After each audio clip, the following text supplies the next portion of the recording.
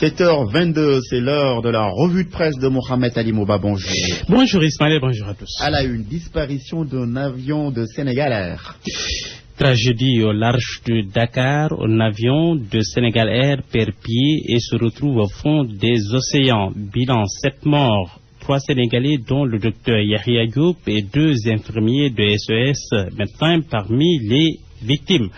L'ANACIM évoque en première page du Soleil l'hypothèse d'une collision.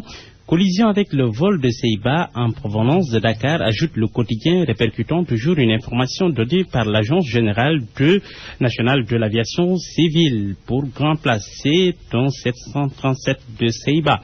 Une compagnie équato-guinéenne qui l'a percuté en plein vol. L'observateur de dérouler le film de la disparition de cet avion. L'avion de Sénégal Airlines a disparu à 19h08 à une distance de 60 nautiques, soit 111 km à l'ouest de Dakar, dans la nuit du samedi à dimanche, et dans un communiqué rendu public. En début de soirée d'hier, la NACIM informe que l'aéronef qui fait l'objet actuellement de recherche en mer a croisé le vol Ceiba à destination de Cotonou à 18h12 à 555 km de Dakar. D'après les premières informations, il y aurait eu abordage entre les deux avions, ce que les résultats de l'enquête vont infirmer ou confirmer. En attendant, des experts de l'aéronautique interrogés par la Tribune expliquent que tout s'est passé au-dessus de Tambacounda. L'hypothèse la plus probable, c'est qu'il y avait un orage et que dans ce cas, relève le journal, il est autorisé en avion de prendre de l'altitude. Et c'est donc probablement après avoir pris cette altitude que la collision a eu lieu. Les recherches se poursuivent, recherches faites par le premier groupe de coordination et de recherche composé de la marine française, de l'armée de l'air de notre pays.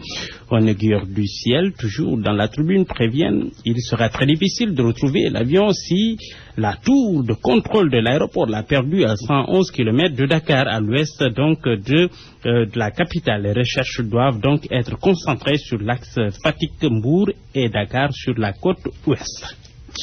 Une disparition, 1001 questions, Mohamed Ali Mouba. Cafouillage, mystère autour d'une disparition, s'exclame le quotidien. Le confrère commente qu'hier, la rumeur avait pris la place de l'information. La gestion de la disparition de l'avion Sénégal Air montre les efforts à consentir pour être à la pointe des innovations. La NACIM n'a pas communiqué, ou bien si elle l'a fait, elle l'a très mal fait. Dès le départ, une conférence de Sénégal Air où la NACIM aurait permis d'avoir une excellente gestion de la crise, où un communiqué publié sur les sites de ces sociétés aurait permis aussi de lever les équivoques.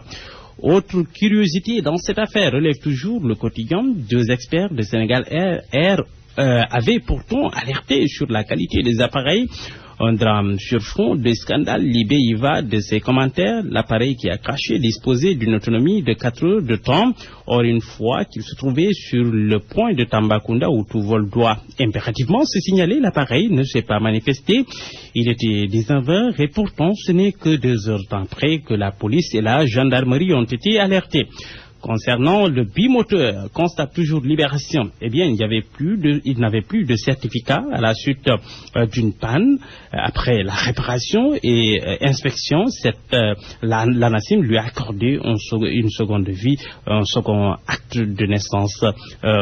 Question sur quelle base, mystère et boule de gomme.